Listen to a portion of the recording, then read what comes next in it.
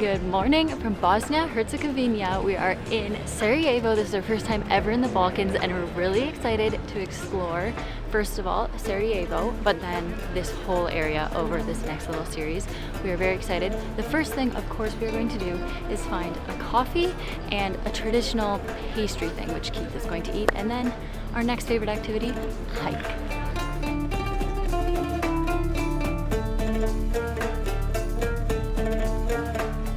Okay, so starting off the day with something Devin can't have because there's gluten in it. It's like a thin pastry, like a phyllo kind of pastry. It is the typical pastry, the pastry of Bosnia, the most traditional food. It's called a Burek.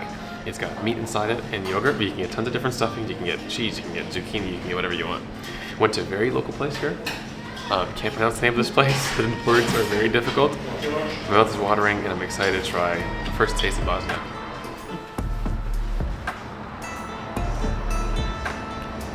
Oh, that's nice.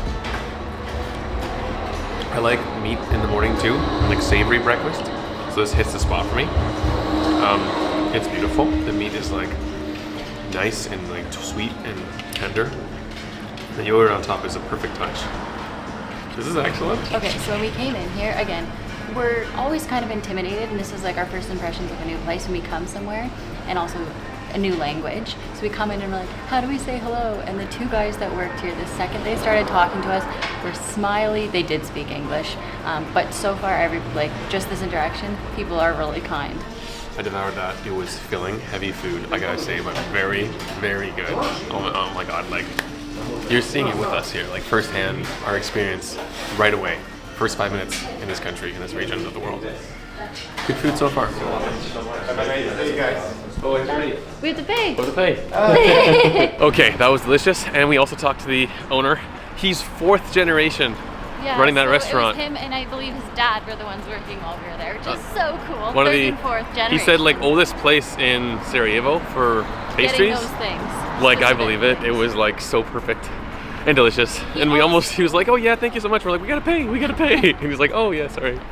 We also got a recommendation for him of a place to get a traditional coffee, so that is where we are off to now. And we're able to find this coffee shop thanks to Google Maps, of course, which we're able to use anytime thanks to our unlimited Holofly data plans. If you're like us and love to travel, whether it's for 1 week or a few months on end, Holofly is perfect for your next trip. Holofly offers eSIMs in over 200 destinations and regions around the world. We've been using it consistently over the last few years and it makes traveling a lot easier.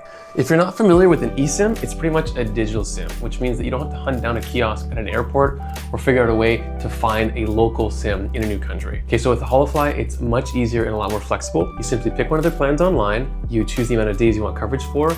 When you make the purchase, you get an email or a WhatsApp text with a QR code. Now with Wi-Fi, on your phone, you simply scan the QR code and within 2 minutes, you'll be connected wherever you are. It's that easy.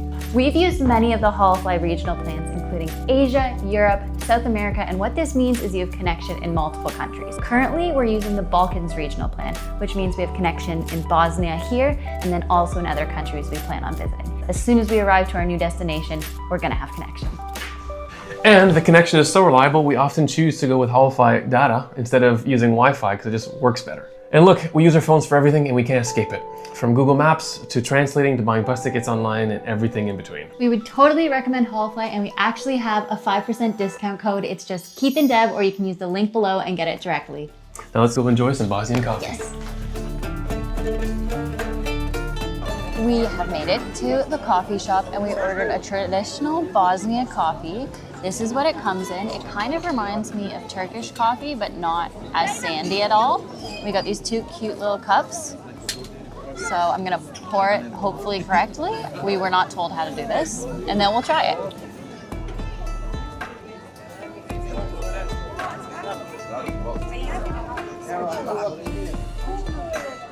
All right, cheers. I haven't learned what cheers yet is in Bosnia, so I'm saying it the way I know. It's nice. It tastes similar to Turkish coffee, but smoother and not sandy. But I actually really like it. It's strong. Like it's a nice, strong black coffee. Yeah, it reminds me of like a Bodum coffee, like a strong Bodum coffee. Yeah, I like it. Do you like it? You say you're not a fan of bottom coffee. Yeah, like, because it doesn't have that, like, it's not like an espresso, but it doesn't taste like filter coffee either. I like It's got it a different though. kind of punch. But this one's not, like, you don't taste the grounds at all. No grounds, which I love. I don't like grounds in my coffee. I like it. This is good. This wakes you up. It tastes good. Okay, so how to pronounce it? This is Bosnian coffee. It's actually called Bosanska kafa. I think it's Bosanska kafa. And I tried to say it with the guy from the other restaurant, and he was like, put his hand on my shoulder and said it slowly for me, because he totally butchered it the first time. Anyhow, cheers. Oh, what's cheers? Yeah, good One idea, moment. good idea. I think the pronunciation, it's hard. It's like a Zivjeli, and it's a like a measure, like an S. So it's shiveli. No, shiveli. Hey, cheer. I mean, shiveli. Shiveli. Shiveli. Shiveli.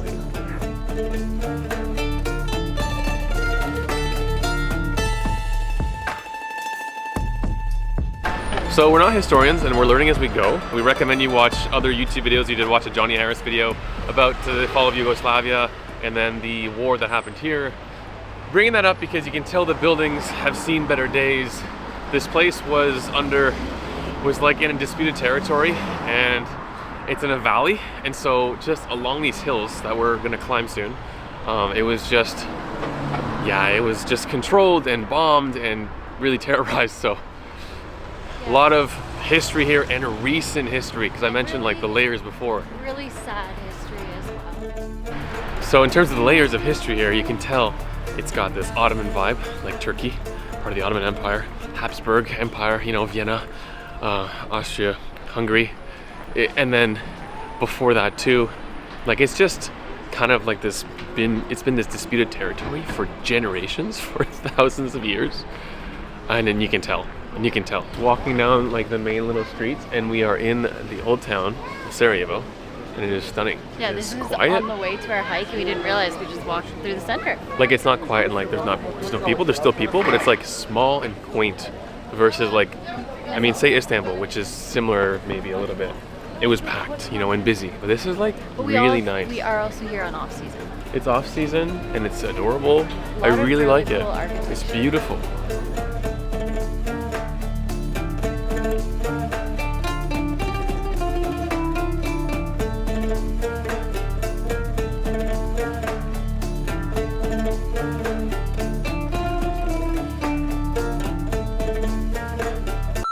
Yeah. Well, the cable car is not running today / while we're here, so I guess that means we are hiking. We're like, maybe we'll take the cable car up and then do the hike. It's gonna be a long day of walking. Woohoo! So the more research we've done, it's kind of like you take the cable car up and then that's where the hiking starts. We do have one more day here tomorrow, so we're really hoping that tomorrow the cable car will be open and we will go up it. It's the next morning and it's sunny and it's open, so we're gonna take the gondola up and do some hiking.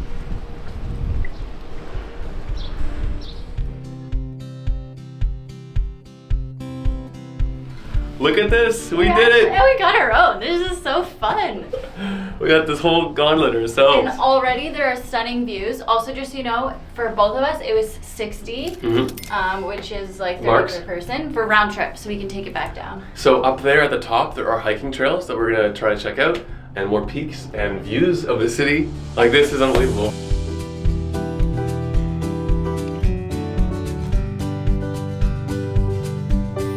Yeah, just the colors too, because it's fall and yesterday it was rainy, so we couldn't really fully appreciate it, but it is sunny and stunning. It's like warm now. We're gonna take off our layers. Yeah, for I already sure. did. I'm like, whoa, we dressed too warm. We thought It's it was like, cold today. starts off like quite cold in the day, in the morning, and then it warms up quite a bit right now in the fall. Ah, lovely.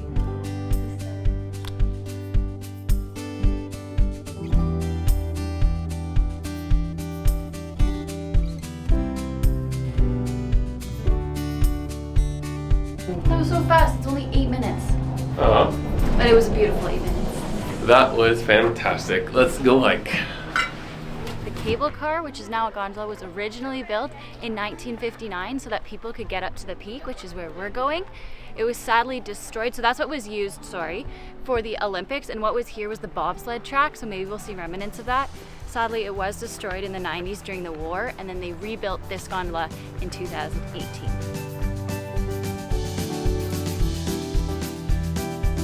Okay, there's like this fox that was in front of us, unfazed by humans, and now he's behind us following us, just hanging out. It's kind of odd. Yeah. They're like not afraid at all. That goes to show you that there's wildlife here in the trees.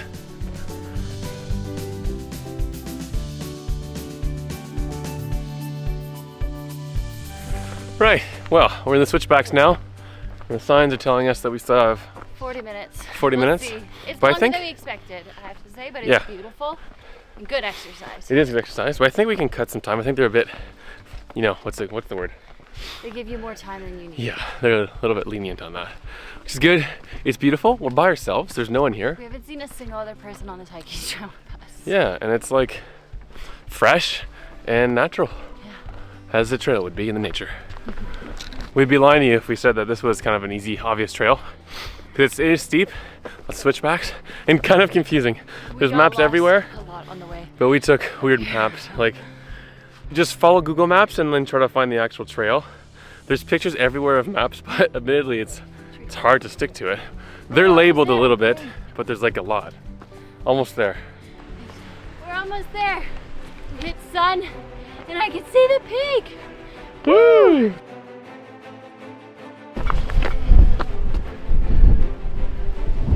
This is so cool! Look at this! You can see fall colors, 360 views, crazy wind. Amazing. So beautiful, oh my gosh. So worth it, wow.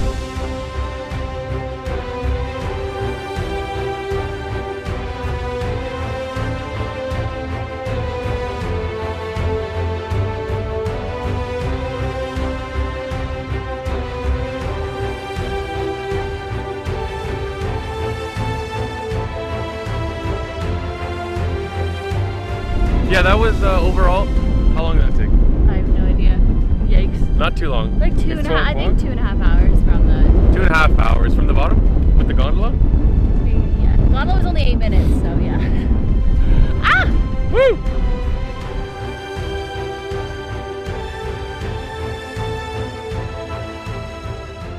All right, we've enjoyed the views. We've had this whole place to ourselves. We're getting a bit cold and the clouds are coming in, so we're gonna head back down.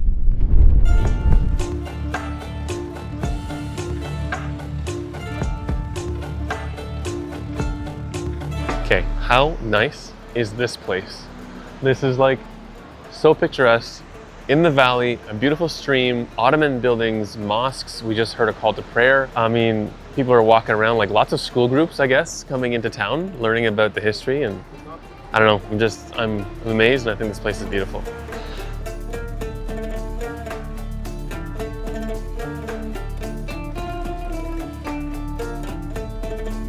Okay, so this is a cafe. This is called the Yellow Fortress. And we're overlooking the bridge we were just on in the square. And we can see the colors change because it is fall. Foliage season has begun. And there are some fall colors. And then just this magnificent view of the valley of the entire city here. And then there's also the graveyard that's just right there and you're looking down. A big memorial site. Pretty dark, pretty tough to see. If you watch any videos about the past, about Sarajevo, really caught in the middle of stuff. So Republic of Srpska is the other side of this mountain, and this is Bosnia, and it's still kind of like different territory within the same country. Yeah, a gong show of a war, and it's recent. It's so recent, and this place is just so beautiful, and people are just people. People are resilient, and also it's just like, how could this happen? These kind of things make you think. So because this city has so much history, we've decided to do a walking tour to learn a bit more about it. And we just learned there's a water fountain over here that if it's like a legend, if you drink out of the water, because it's been going since the Ottoman Empire, that you will come back, is how the story goes, because travelers on the Silk Road used to travel through here and then come back and always stop for water. So we're learning things already. All right, here I go. Filling up, adding to my water bottle. That means I'll come back. Water here is potable everywhere in Sarajevo, and I think in the country actually, which is pretty cool.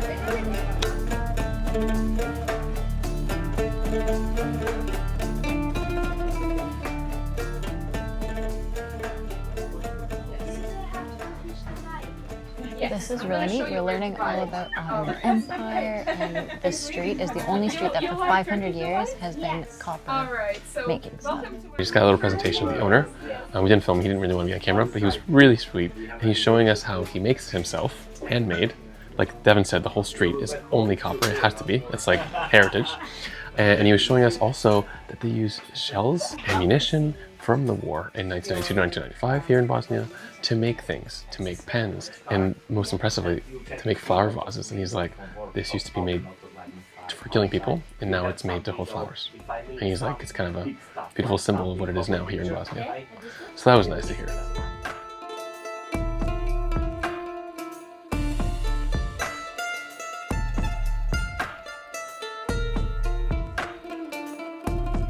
Okay, so another crazy thing that happened here was the assassination of Franz Ferdinand that essentially sparked the start of the First World War. It happened right across the Latin Bridge over here in Sarajevo.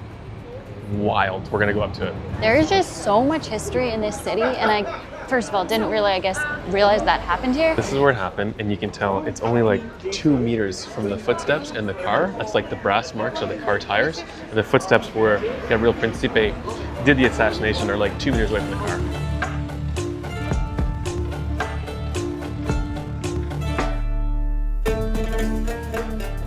Okay, so we were here this morning in the square, and now the sun is out, so it's quite a different vibe. Just learned about how that church, which is a Serbian Orthodox church, so it was actually kind of a safe haven during the siege of Sarajevo. You can see bullet holes in the wall right beside it, and you can see a lot of old buildings are still sort of like old and dated, and there are still marks and like evidence of ammunition and bullets, you know, raining in on these buildings from back in the day. Another thing we learned, which I think is really interesting, is this area is also called Little Jerusalem, and it's because within 500 meters of each other, there are 4 different religious buildings. A mosque, a cathedral, an Orthodox church, and a synagogue. We also learned about the Sarajevo Meeting of Cultures, a street where the Ottoman-style area of Sarajevo meets the Viennese-style buildings from the Austro-Hungarian era.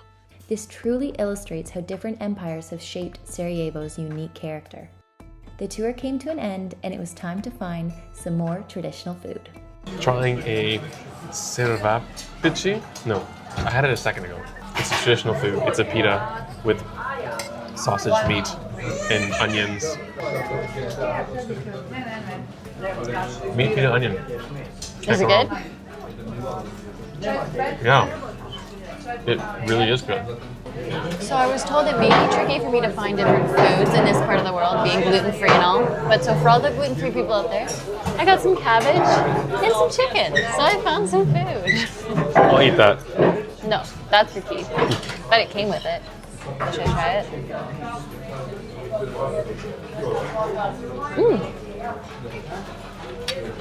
It's really good. Really flavorful.